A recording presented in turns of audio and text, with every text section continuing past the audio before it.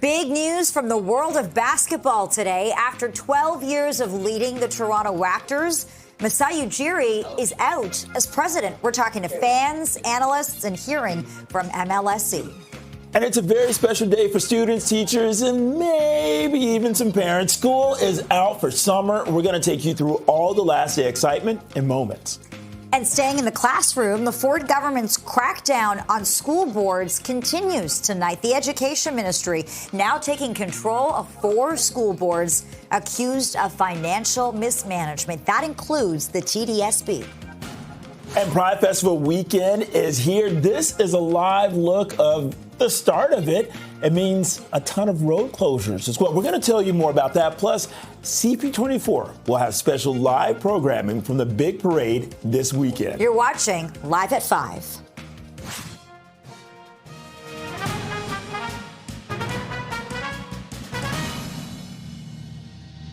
Good evening. I'm Bakari Sabin. And I'm Lena Latafat. Thanks for joining us and welcome to Live at 5. He led the Toronto Raptors for 12 seasons, even helped the city win its lone NBA championship in 2019. And now Masai Ujiri is out as Raptors vice chairman and president. Yeah, earlier today, Maple Leaf Sports and Entertainment announced that it decided to part ways with Ujiri. His departure comes after more than a decade with the organization and 1 year left on his contract. So MLSE's president and CEO talked about the move this afternoon.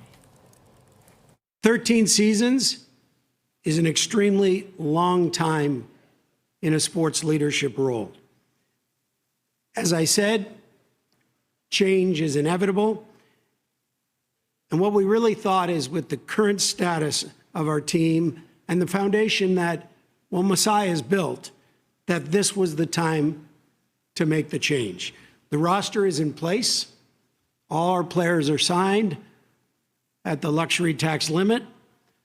The front office is renewed, including General Manager Bobby Webster. And we have great coaching stability led by Darko. And some fans, even analysts, were left stunned by that decision today. For more on reaction, let's go live to CP24's Sija Lou. What are you hearing, Sija? And stunned is the right word. Every Raptors fan we've been speaking to outside Scotiabank Arena say they were shocked to hear this news this morning, and they don't believe it's the right move. Masai Ujiri, known for bringing the only championship to Toronto in 2019, they say they are forever grateful for that. And many fans say they wish that the Raptors had stuck with him for a few more years in this rebuilding season. You know the popular Raptors phrase, "In Masai we trust," and that's how many fans were feeling today, that they wish that he could have stayed on, and they trust his moves as the president of the Raptors. Some of his accolades, of course, in 2019, who could forget that championship parade, the franchise's only win. And before that, he was a mastermind behind that blockbuster trade with Kawhi Leonard, bringing him to the city. And people say it's not just the playoff run, the championship. He's also changed the culture of basketball in the city and across the country. They say Masai made the people here believe in the city once again. And not only just in Canada, he also had programs like the Giants of Africa, where he brought basketball beyond the borders. And we spoke to some fans at Scotiabank Arena. Here's some more of their reaction. I think he did a great job and he's got a great track record. I think the team will miss him. Yeah. Will you miss him? Yes, absolutely. Yeah. You think he's got a strong legacy going out here in Toronto? 100%. Yeah. No question about it. Very surprised about this. I thought that he's well regarded within the Raptor family. Yeah. He's done very good for the city, for the organization, and I thought it was a good draft they had too. Now, there have been a lot of changes with MLSE lately, especially when it comes to dropping presidents. The president of the Leafs, Argos, all those roles have been cut, but they say they will be looking for a replacement for the president role of the Raptors. They're looking for someone else to replace Ujiri, but no word, obviously, on who that is yet. But regardless of who it is, they will have huge shoes to fill, and lots of fans are here saying, I don't know anyone better who can do the job, but that is a task up to MLSE as they continue their search for the next president of the Raptors. Okay, continuing our coverage live outside of Scotiabank Arena, CP24, Sija Lou. Sija, thank you. Well, Raptors superfan Nav Bhatia says news of Ujiri's departure, it totally blindsided him. Yes, I am shocked. Just like everybody else, I found it when I woke up this morning. And I am shocked and taken back a little bit because I was very close to him. And he was not just a general manager and president for the team. He was also a very good friend of mine with his family and everybody else. Let's get to some analyst reaction now. TSN's Josh Lewenberg says while this move is not a total shock to him, it's unclear why it happened when it did. We knew that this was a possibility with Masai Ujiri going into the final year of his contract, and obviously the recent changes at MLSE in ownership and philosophy.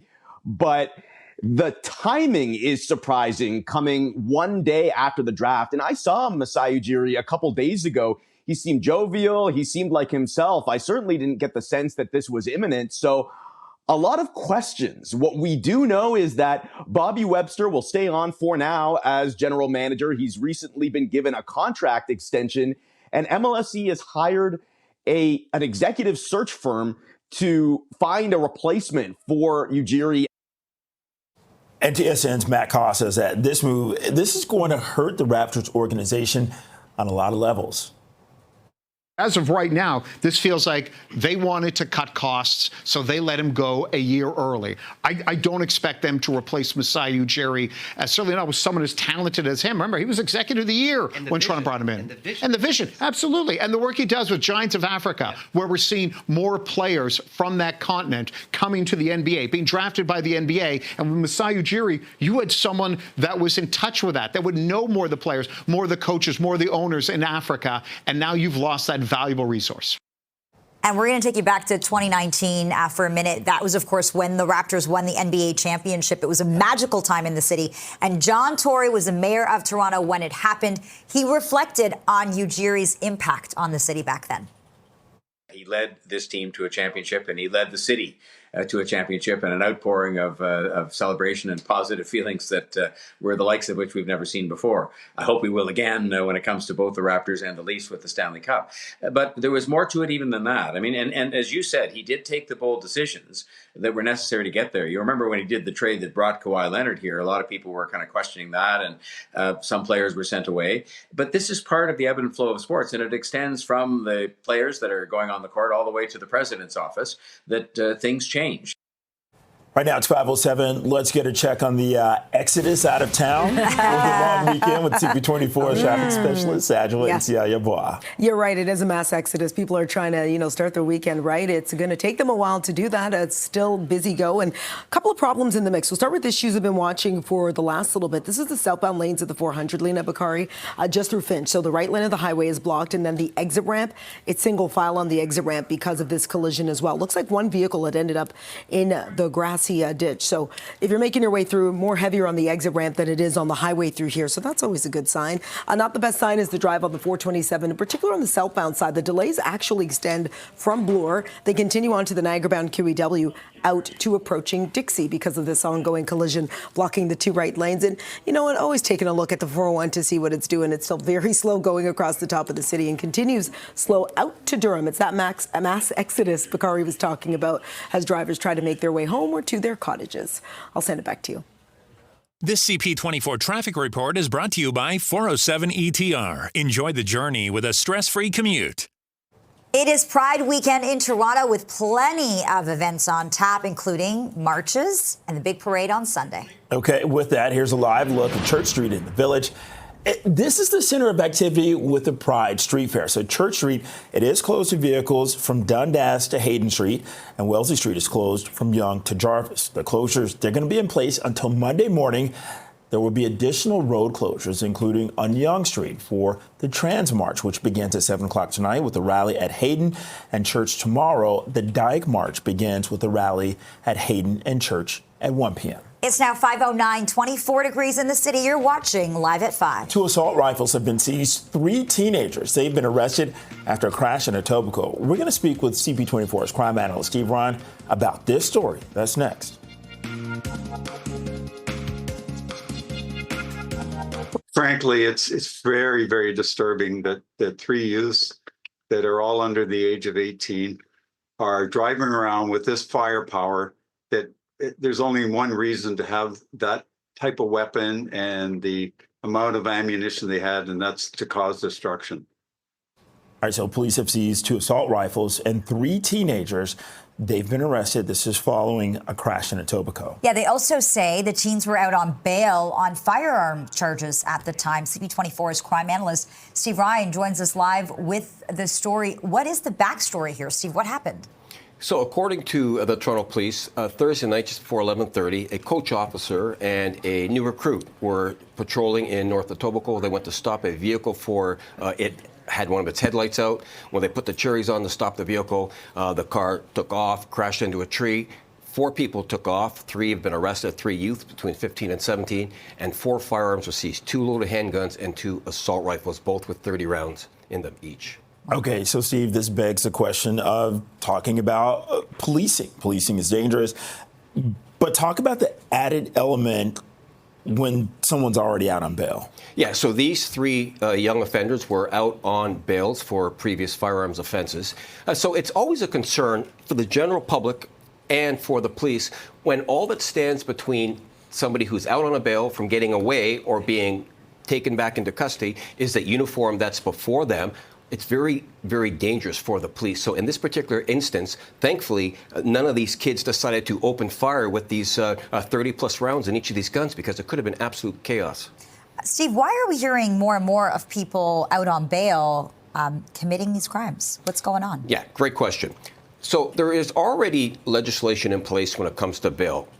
Primary grounds typically is to ensure somebody's attendance in court. Secondary grounds, the seriousness of the offense, does the Crown have a strong case? Then there's tertiary grounds as well, which basically is, does releasing this person back into the public cause the general public to question the administration of justice? So that's not being done.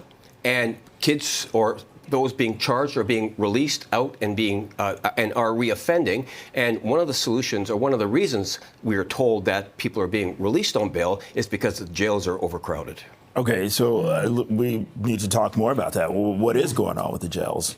They are overcrowded, and the charter does say that people have the right against unusual and cruel punishment. So justices of the peace are hesitant to put people back into custody when they're only charged with an offense, not convicted of an offense. But the answer is build more jails and enforce the laws that we have in place right now when it comes to bail. This problem will be solved. It's not rocket science. So when you hear about bail reform, there's no need for bail reform. Just enforce what's in place now, and if the jails are overcrowded, build bigger ones. Okay, Steve Ryan, live in studio with excellent analysis and insights as always. Thanks, Steve. You got it. Thanks, Steve. Okay, there's a lot of excitement building for big Canada Day celebrations in the coming days. But police are warning they will be out on patrol at all city-run events. The weekend will cap off on Tuesday with a massive fireworks display at Woodbine Beach, as well as Ashbridges Bay Park. Tens of thousands will gather to watch the big event. But again, you are reminded to leave your own fireworks at home. Police also say there's a couple of major things they want you to keep in mind. We've got very large signs educating and encouraging the public to not use personal fireworks or bring personal alcohol. And so I think we've seen some success, and we want to thank the community and the residents for actually adhering, to making sure that this is the safest event as possible.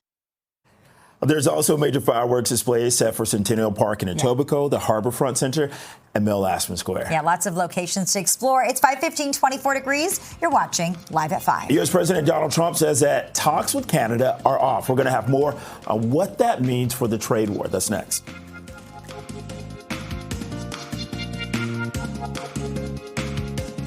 U.S. President Donald Trump says that he's calling off trade negotiations with Canada. Trump made the announcement in a post on his Truth Social platform.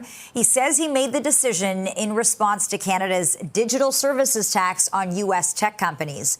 Trump described the tax as a blatant attack on America and egregious. He says Washington will inform Ottawa of the tariff rate that'll be imposed on Canada within a week. Canada put a charge on some of our companies, and Canada's been a very difficult country to deal with over the years. We hear Canada, we have a great relationship with the people of Canada, but it's been very difficult. And they put a charge, and they were a little bit early. We found out about it. So, and we have all the cards. We have every single one. We don't want to do anything bad, but they have economically, we have such power over Canada. I'd rather not use it, but they did something with our tech companies today trying to copy Europe. You know, they copied Europe. It's not going to work out well for Europe either. And for reaction to this latest development out of the White House, we're joined live tonight by Jack Cunningham, fellow and assistant professor in the International Relations program at the University of Toronto's Trinity College. Professor, it's good to get your perspective on this tonight. Thank you for joining us. My pleasure. Good to be with you. If there's anything these last couple of months have taught us, it is that Donald Trump enjoys mind games. So let me start by asking you what this is really about. Well, we don't necessarily know. I'm not sure Mr. Trump knows himself. He likes to create a certain aura of unpredictability. He thinks that helps him by keeping everybody else that he has to deal with off balance. Now, in this case, the digital services tax was passed into law not quite a year ago, but the first payment comes due Monday. So he may have been hearing from the tech companies that are hit by it that they're not looking forward to this. It may be something that legitimately annoys him. It may also be just a pretext for throwing an element of uncertainty into the trade negotiation process. But it's part of a pattern. One thing that's predictable about Trump is that he acts unpredictably. Okay, so let's back up here. We were supposed to be, a couple weeks away from Carney and Trump coming together, hashing this out. Remember, there was supposed to be this agreement reached in 30 days. Well, today you have this announcement made that negotiations are off. U.S. stock markets, they closed very high on this today. What incentive is there for Trump to reach a deal with us at this point? Yeah, well, the markets do tend to swing in the short term a little too much in response to short-term news about what Trump may or may not be doing on the tariff front. I'd wait to see what sort of a pattern emerges over the next few days before reading too much into it.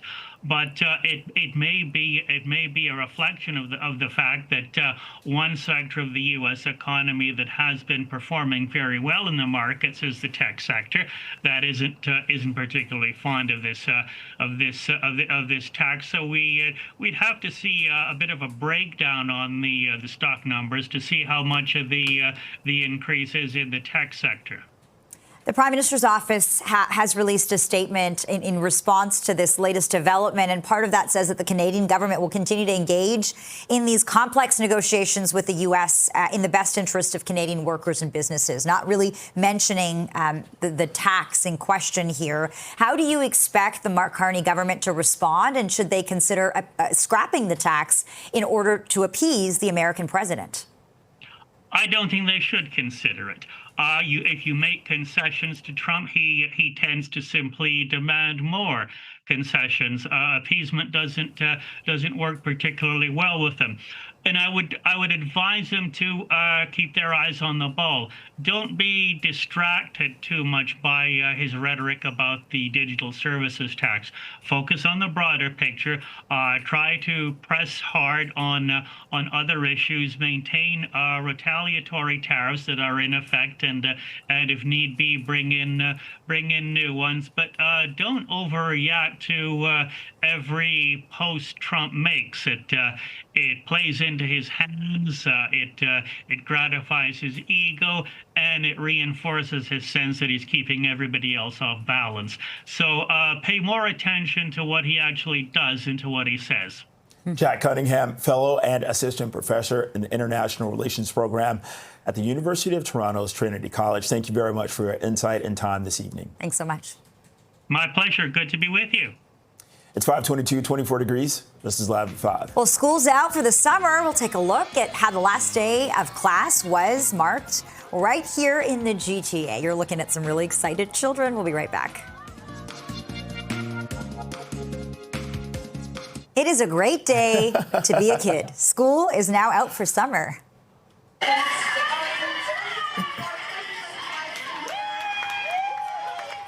Look at this. Applause, lots of high fives. This as the kids from Ogden Junior Public School. They went home for the final time this school year. And yes, they're excited to get on with their summer. Amazing. It's the last day, and it's great to celebrate the student achievement of the full year. It has been a whole year building up to this moment. Some of our graduating grade 6s have been here for 8 years. This is our way to celebrate this time that we've had with them. It's been so great. It feels...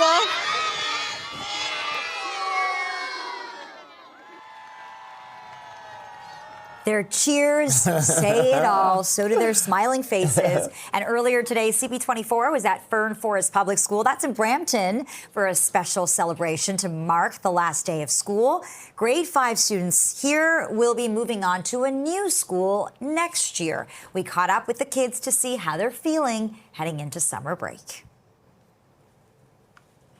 I am feeling super hyped up and very shocked because I have been in the school for 7 years and it's all just gone by very quickly. I'm kind of sad because I'm leaving this school and it's been like 7 years here, so I'm feeling excited and sad at the same time. Oh, was it fun this year? Yes. What did you like the most about school this year? It's because I like to do is learn about things. Yes. What about you? I like when we play around. This is a fantastic community, and as a Peel District School Board Administrator, I have never been more proud. The learning that happened this year has been astronomical. We've had a fantastic group of students, an amazing bunch of staff, and like I said, I can't be more proud. So we are so looking forward to our summer break, and they deserve every moment of it. All right, so you know those pedal pubs that you've seen driving around downtown? Around So the city, Ford government is set to allow alcohol to be served on them this summer. Yeah, spokesperson for the Premier confirms to CP24 companies will be allowed to apply for liquor licenses starting July 1st. The province launched a pedal pub pilot in 2022, but alcohol was not allowed on the large multi-person bicycles. Pedal pubs currently operate in our city, as Bakari just pointed out. They also operate in Niagara-on-the-Lake, Ottawa, and Windsor. The province, which claims the move is meant to boost tourism, says municipalities will be able to put their own rules in place surrounding the operation of these. It's 5:28, 24 degrees. This is Live at 5. Well, coming up, MLSE has parted ways with Raptors Vice Chairman and President Masai Ujiri. We've got lots of fan reaction coming up next. It's a move that shocked many. After more than a decade of leading the Toronto Raptors, Masai Ujiri is out as president. We're talking to fans, analysts, and hearing from MLSE. And it's a very special day for students, teachers, maybe even some parents. School's out for summer. We'll take you through all the last day excitement in just moments. And staying in the classroom, the Ford government's crackdown on school boards continues tonight. The Education Ministry now taking control of 4 school boards accused of financial mismanagement. That includes the TDSB. And Pride Festival weekend is here. It means tons of road closures. Here's why. Tons of crowds in the village. We'll tell you more about that. Plus, CP24 will have special live programming from the big parade. That's coming up this weekend. This is Live at 5.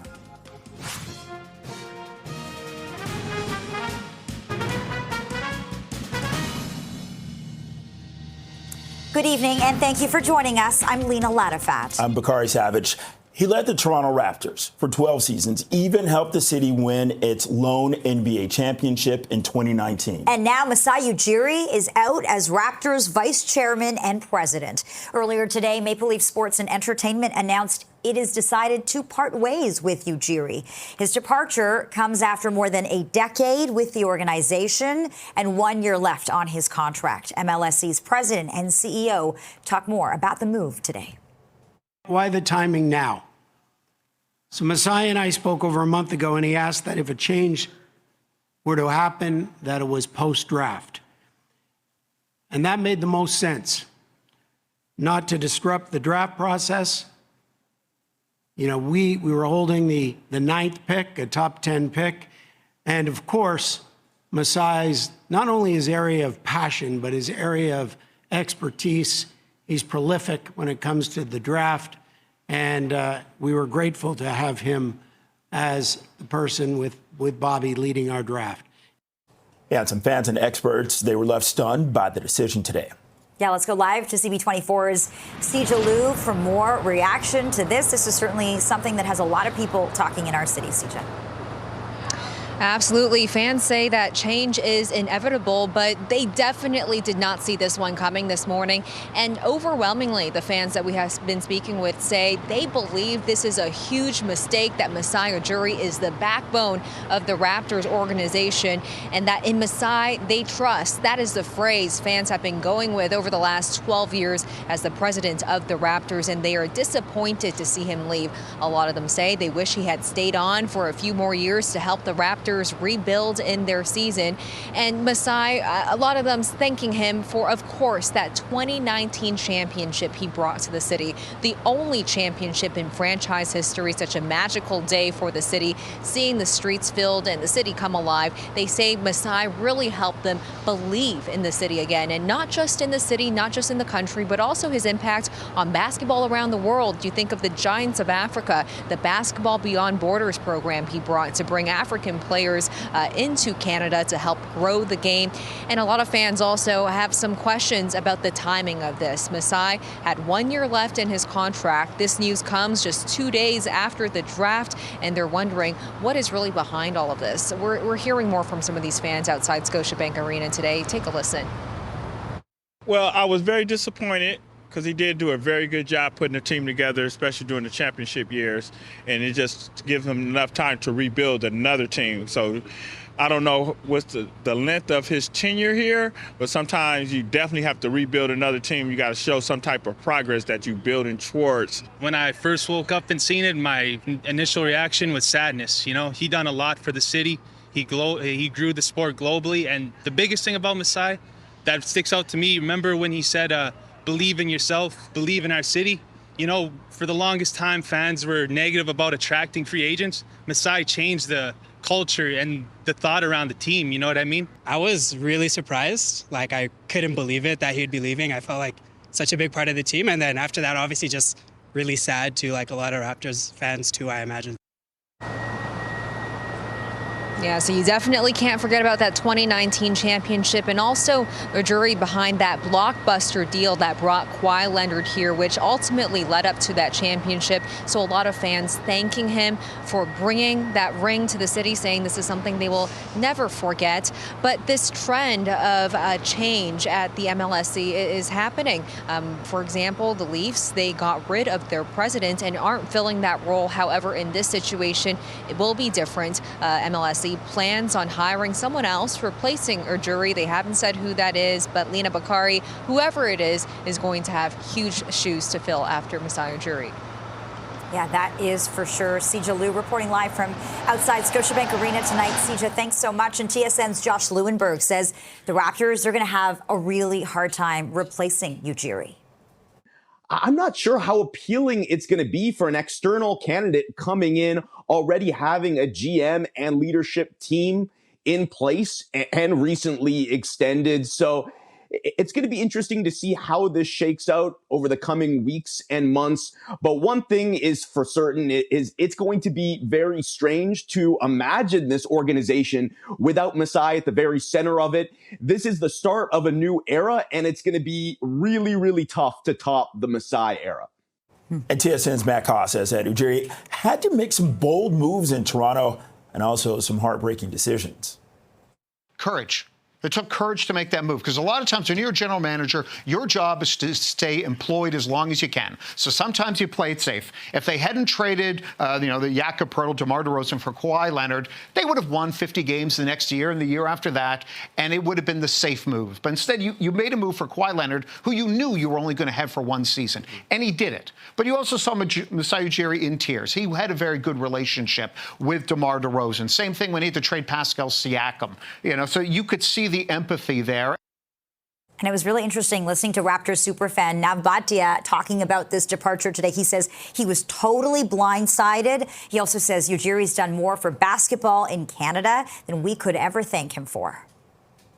He has changed the culture of basketball in this city and in this country. And 2019, who can forget? We won the championship and had the biggest parade and the biggest celebration. So he's done a lot for the city and the country. And I think everybody, just like me as a super fan, everybody is going to miss him.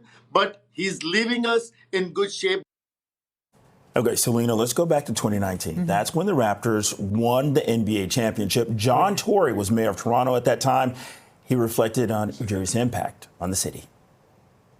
He was a person as well who tried to bring the community together and represented a lot to the people who not just were Raptors fans, but who were just citizens of the city of Toronto, who felt, comforted by his leadership, who felt included by him and with him and what he did. And so in that sense, he was an important figure here. And, he'll be missed in the city, but at the same time, it is part of what goes on with professional sports and business and a number of areas. Nobody's in any position forever, it would seem.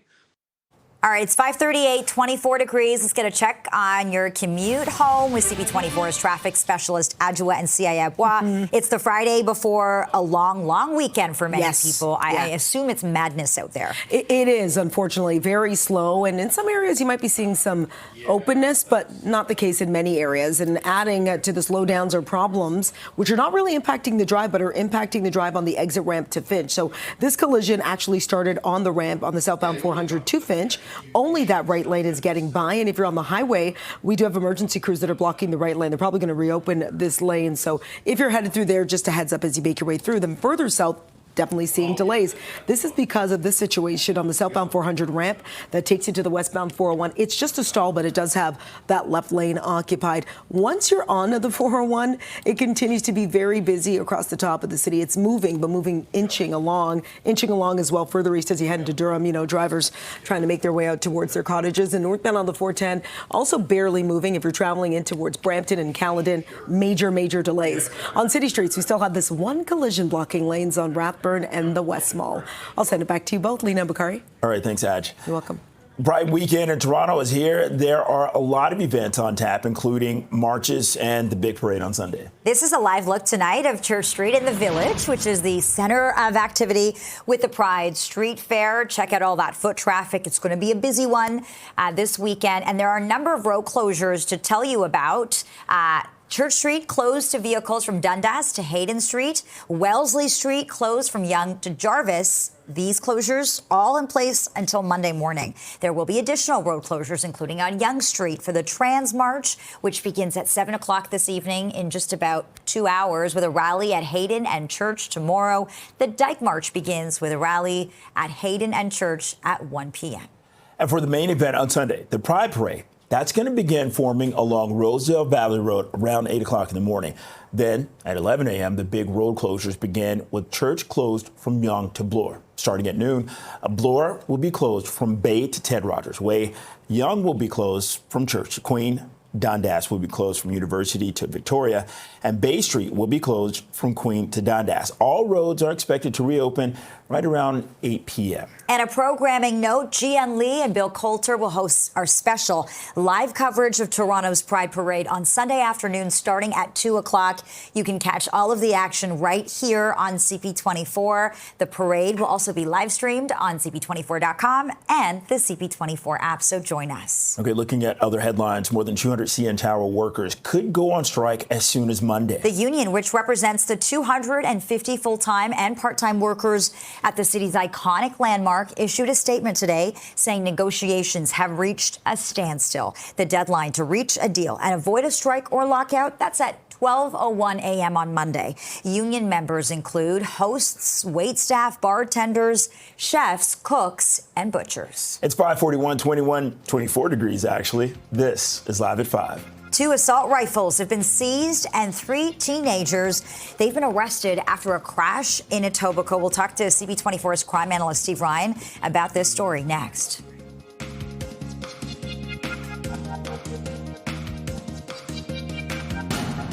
The amount of ammunition that each gun had was unbelievable. Over 30 rounds in each one, and there was a handgun involved as well. So significant damage to the community could take place and lives lost. Police have seized 2 assault rifles and arrested 3 teenagers following a crash in Etobicoke. They also say the teens were out on bail on firearms charges at the time. Okay, CP24's crime analyst Steve Ryan joins us live to talk more about this. Steve, let's go over the basics of this story. What happened? Thursday night, a coach officer along with a new recruit, they were patrolling up in the north end of Etobicoke. The officers went to stop a vehicle because its headlights were out. The 4 occupants in that vehicle, the driver of that car and 3 other occupants, the car sped away, refusing to stop. It hit a tree, and all 4 of the people inside the car bailed on foot. 3 were arrested, 3 people between the ages of 15 and 17, all out on bails for firearms charges, and 2 assault rifles with 30 rounds in them, in each of them were seized. We're showing you the guns right now, and 2 handguns were seized at the time. So it was great work by the police, and it goes to show you just how quickly police work can go from 0 to 100 in a split second, and it goes to show the dangers of releasing people who are on charges, releasing them back into the general population once again, because this is what happens. And this seems to be happening over and over again, Steve. We're seeing more and more investigations linked to people who are out on bail. What runs through your mind when you hear those details? Yeah, so the recidivism rate with regards to what you're talking about is absolutely huge when you talk to law enforcement officers. What's happening is bail is not being enforced. We have bail in place right now with very strict conditions that can be applied if, in fact, the courts agree. You've got primary grounds, secondary grounds, and tertiary grounds. Primary grounds, real quick, attendance in court. Secondary grounds would be the seriousness of an offense. Is it violent? Can the general public be put at more risk if this person is released? Tertiary grounds means that if I release you, is the administration of justice going to be called into disrepute as a result? Will the public's confidence be lost as a result? I would suggest that that's happening right now. So we hear about bail reform. There's no need for bail reform. Just enforce what's on the books already. That will solve a lot of this problem. What do you mean when you say that? Enforce what's on the books already. What is the solution then if it's not bail reform? Enforce what's on the books. So with regards to bail, if you two, let's say you two are charged with a bunch of violent offenses and you come before the courts again, well, under those secondary grounds, you can be held in custody. But instead, the court is releasing both of you on another set of bail conditions. Now, me as the officer who comes to investigate you for another offense, and you're thinking the only thing that stands between me and freedom is that uniform, that's where the danger really escalates. So the rules are there to be enforced. They're just not being enforced. So you hear about bail reform. I really think that's kind of disingenuous. There's no need for bail reform. Just enforce what's on the books already. All right, CP24's crime analyst, Steve Ryan. Thanks, Steve. Okay. Thank you, Steve. And a 33-year-old man now faces a second-degree murder charge. This is in the weekend killing near the Ajax GO station. Late Sunday, police found 28-year-old Isaiah Little unconscious with gunshot wounds near the station. The Ajax man later died in hospital. Yesterday, police in Durham arrested Clifford Barras of Ajax. He was held for a bail hearing. This is Durham's 4th murder of the year. It's 5:47, 24 degrees. This is Live at 5. Donald Trump says all trade talks with Canada are now off amid a disagreement over Ottawa's digital services tax. So what happens now? We'll take a closer look next.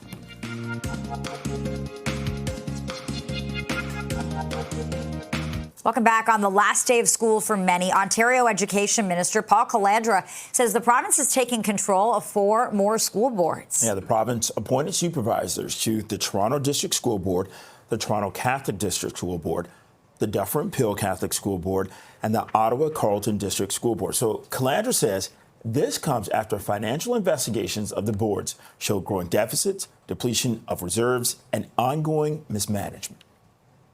All school boards across the province should be put on notice, even those that are running in surplus, where decision-making does not prioritize student success, where it does not prioritize resources for teachers in the classroom. I will not hesitate to step in and redirect that funding back into the classroom. And we got a clear indication of that with the Brandt-Haldeman, right? There was a board that's running a surplus, but $200,000 so that trustees could go to Italy. So it's not just about them, but directly to your question, I think a broader rethink of the governance structure of boards is required. This is an important first step. In April, the province took control of the Brandt-Haldeman Norfolk Catholic District School Board. This after an investigation found 4 school trustees racked up a $190,000 bill on a trip to Italy to buy art for new schools. The provincial Liberals are alleging that there's been a data breach at Ontario Health at Home and the Ford government has kept quiet about it. The Liberals allege that the breach happened in March, and it involved the information of 200,000 patients, but the party says no one involved has been notified. The province says the breach involved a third-party vendor, and an investigation is now underway. And the province and the Ministry of Health also says that that investigation continues. Ontario Health is absolutely investigating right now. We have a division that focuses on any potential cyber breach, and as is standard operating, we will, Ontario Health and Ontario Health at Home, will notify if there has been any form of breach to individual patients. But that investigation is going on right now, and you are correct, it was a third-party vendor. We'll find out where the gap is and why it wasn't brought to our attention a lot earlier. But we're glad the investigation is happening. We're glad we caught the person. You know, that's sacred. Any health records is sacred in Ontario. I don't know if you remember, Colin, mine got breached. Rob's got breached as well. Anyone who breaches healthcare records needs to be fired immediately, gone, be charged. That's what needs to happen here in Ontario. And the Liberals are now asking that the Information and Privacy Commissioner investigate. Well, U.S. President Donald Trump says he is calling off trade negotiations with Canada. Trump made the announcement in a post on his Truth Social platform. So he says he made the decision in response to Canada's digital services tax on U.S. tech companies. And Trump described the tax as, quote, a blatant attack on America and as, quote, egregious.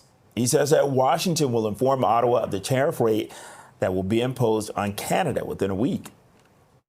I guess they could remove it. They will, but it doesn't matter to me. We have all the cards. We have all the cards. You know, we do a lot of business with Canada, but relatively little. They do most of their businesses with us. And when you have that circumstance, you treat people better. Foreign Affairs Minister Anita Anand would only say the government remains committed to getting American tariffs removed and that Ottawa will not negotiate in public. Here's more from her. We will seek to have these unjustified tariffs removed. And that is the reason why we, because of the complexity of the negotiations, will not be having that conversation in public. But the most important thing that our government will continue to do is to advocate for the removal of these tariffs, recognizing that there is the CUSMA in place that was signed by all countries, including the United States, in 2018. The digital services tax, it covers businesses that engage with online users in Canada. It will require tech giants like Amazon, Google, Meta, and others to pay a 3% levy. The measure is set to take effect on Monday. It would apply retroactively and leave U.S. firms with a roughly $2 billion bill. You're watching Live at 5 on Toronto's Breaking News. CP24 still to come. Well, school's out for the summer. We're going to take a look at how the last day of school was marked right here in the GTA.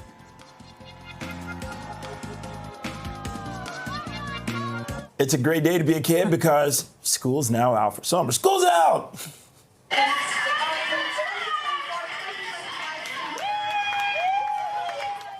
These kids just as excited as you, Bakari. Lots of high fives and clapping as the children from Ogden Junior Public School went home for the final time this school year. And yes, they're ready to get on with their summer.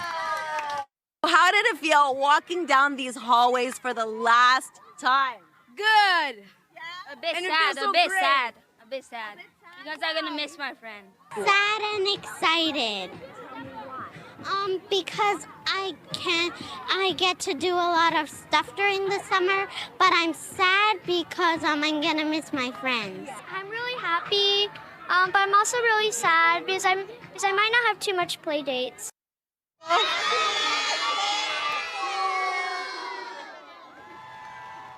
And earlier today, CP24 was at Fern Forest Public School in Brampton for a special celebration to mark the last day of school. We had a chance to speak with some of the kids to see how they were feeling heading into summer break. And of course, happy, sad to leave their teachers. But so many emotions. It's 5:59, 24 degrees. You're watching Toronto's Breaking News, CP24. And we leave you with a live look of Church and Wellesley as we head into Pride Weekend with the Pride Parade this Sunday. Thanks for watching. CTV News at 6 is next.